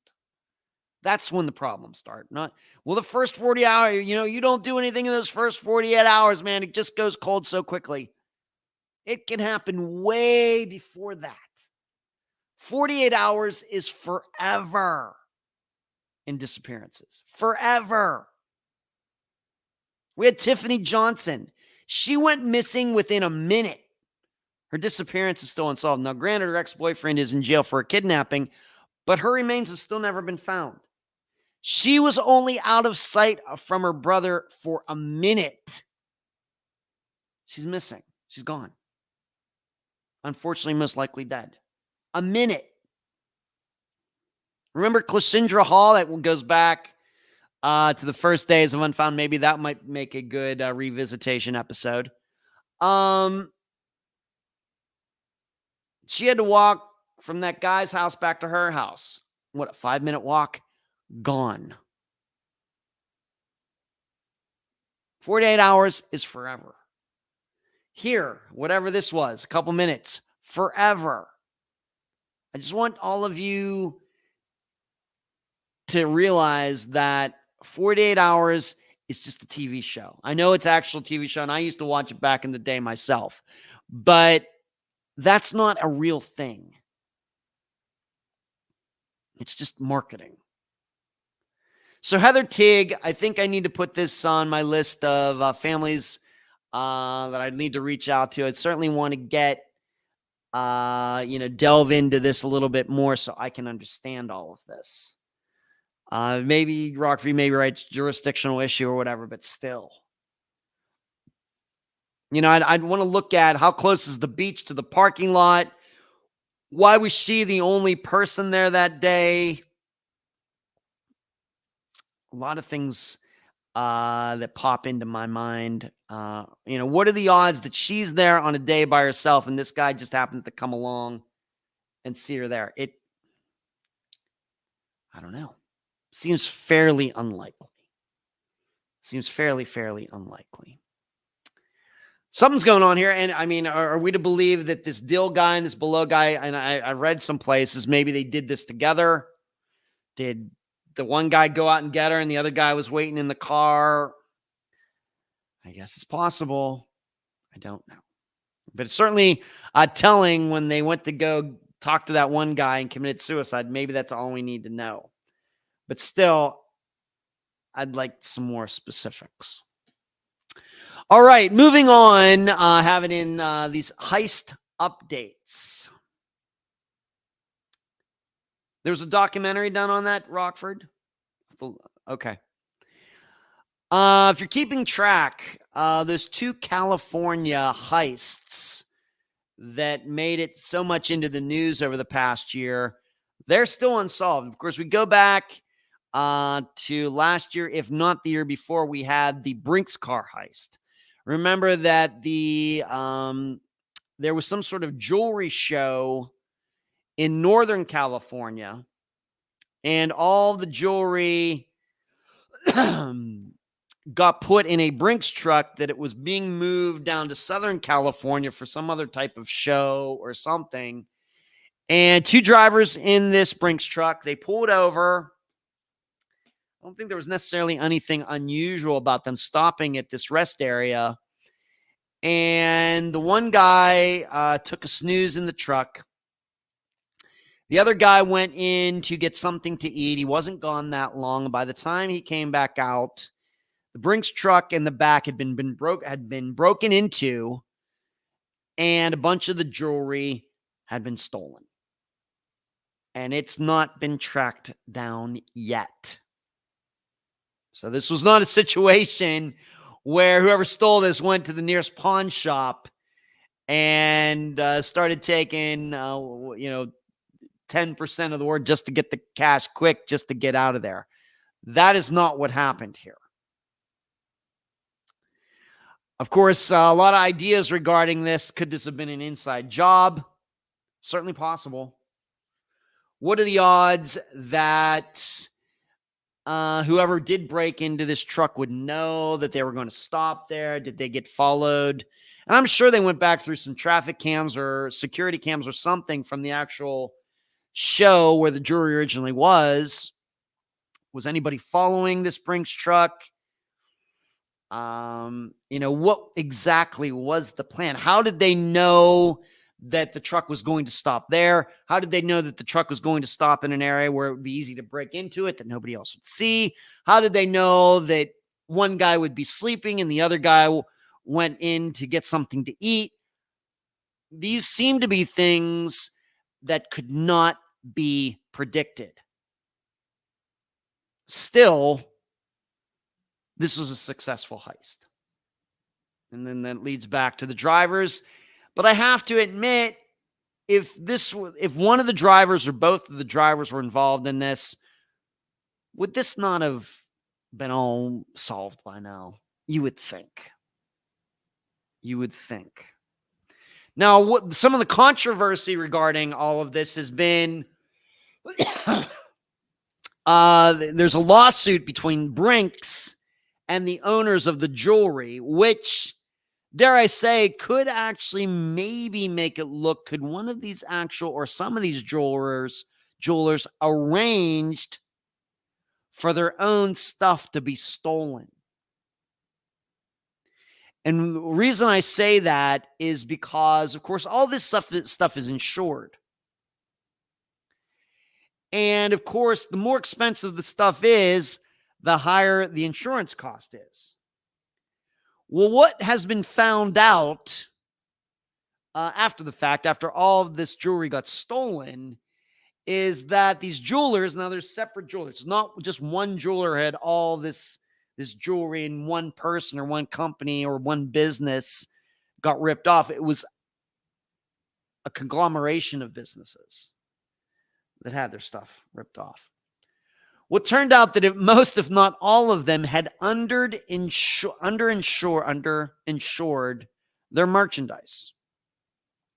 So when they told Brinks what the value of the items were, they didn't tell them the truth, because if they would have said it's $1 million, of course, the insurance would have been higher. So what they did was they told it was something less, of course, allegedly not suspecting that it would get stolen. Well, now they're trying to sue Brinks for the full amount. So they only had it insured for like a partial amount. Let's just pick out a number.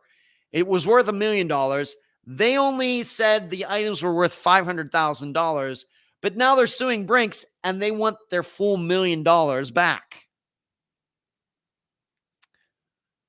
Now, I got to tell you, that does sound shady to me. Now, I realize people, when we insure things, I've really never had to do anything like that, but some people have. Maybe like movers insurance, or if you've ever had anything, maybe not jewelry or something, but something moved that was valuable. You take your chances if you tell the mover that it's worth a lot less than what's actually worth in case something bad happens. So this does seem like there is something shady to me.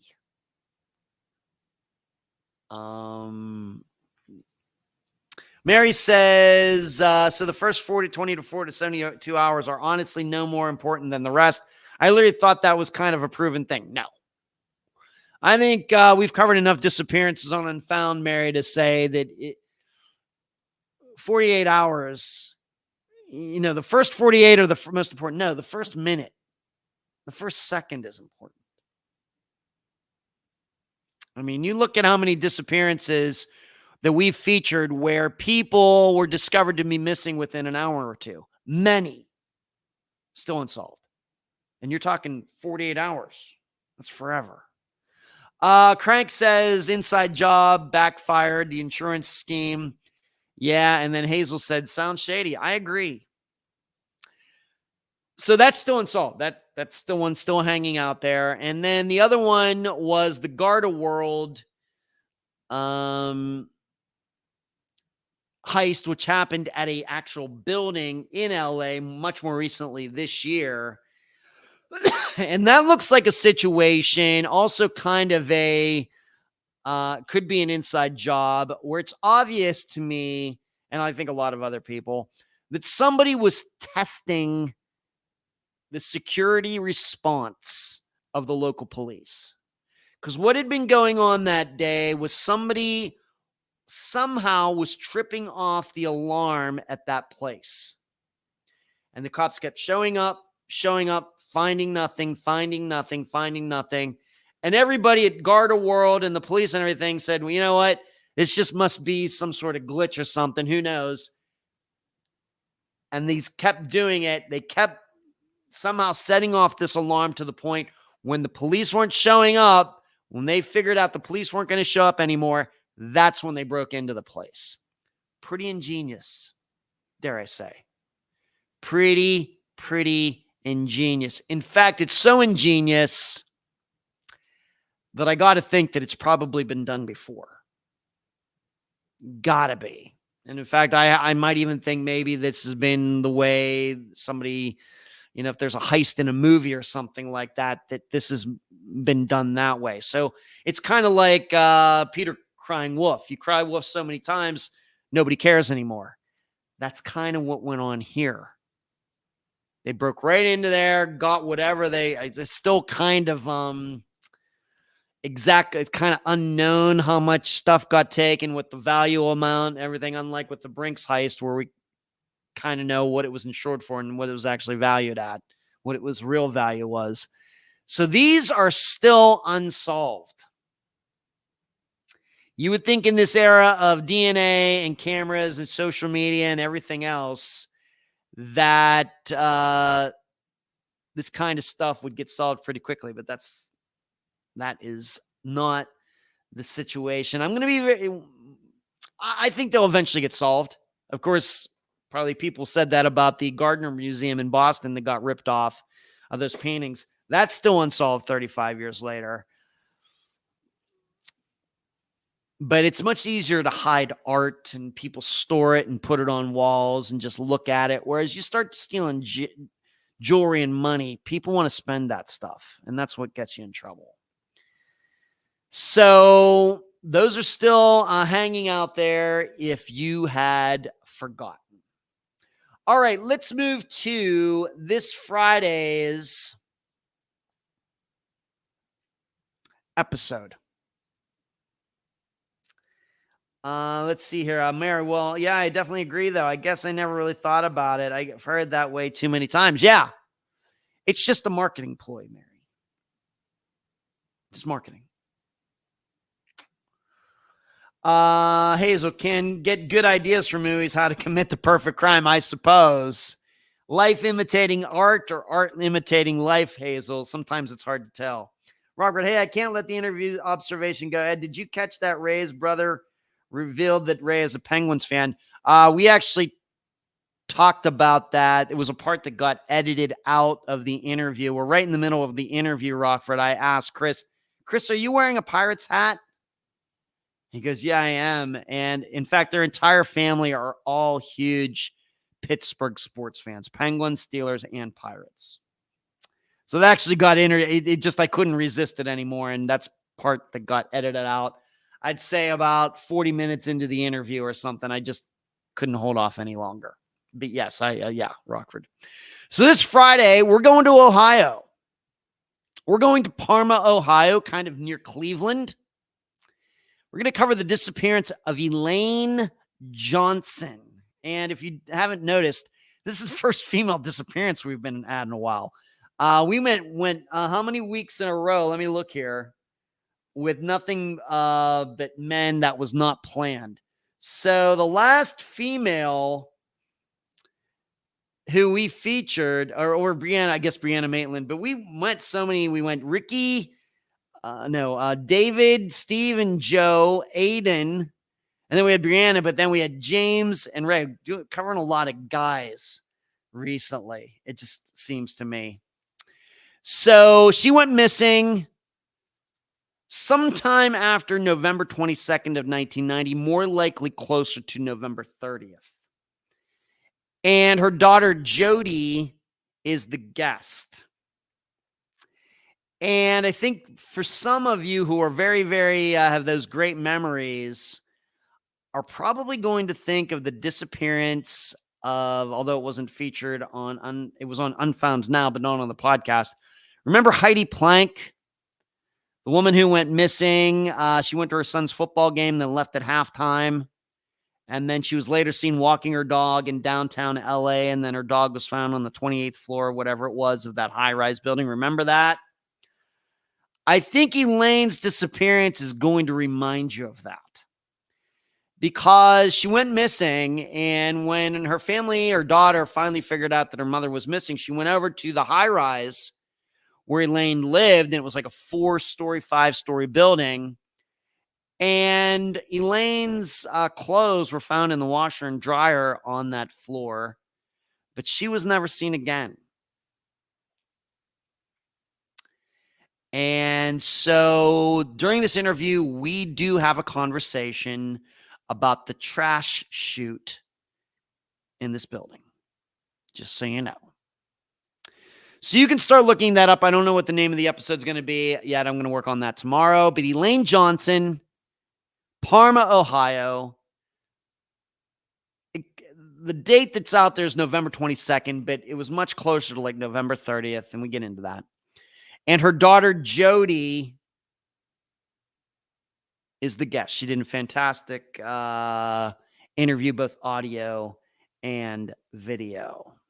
So yeah, Hazel, Ohio. Yes, Ohio. And Kathy says, who could forget Heidi? Yeah, that was quite a story with Heidi Plank and all the rumors and everything else. That is true, Kathy. So that's all I got tonight. That is the live show for June 3rd, 2024. I think I got through everything that I said I was going to get through. Wow, I love it when I do that. Once again, please send me your suggestions for the next Revisitation episode.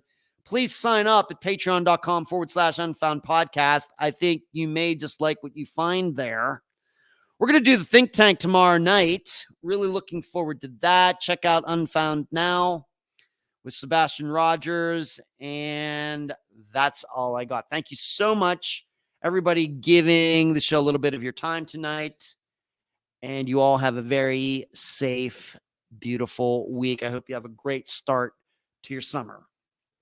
Sheree, thank you for moderating tonight. Charlie, say hi to the boys for me. Good night.